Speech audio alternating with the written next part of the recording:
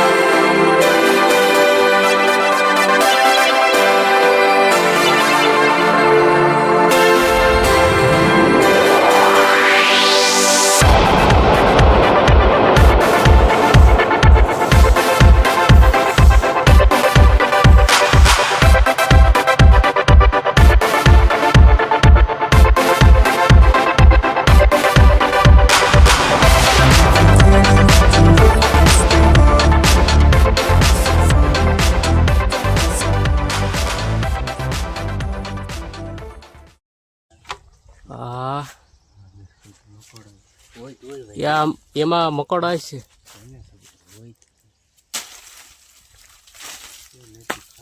ના ના, એટલે ઝાડી ટાઈપના મકોડા લીના એના હોય.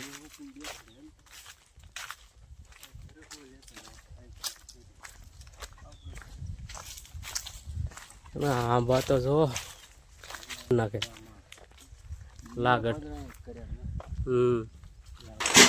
પાણી તો આ ઉપર છે, આ ઉપર છે.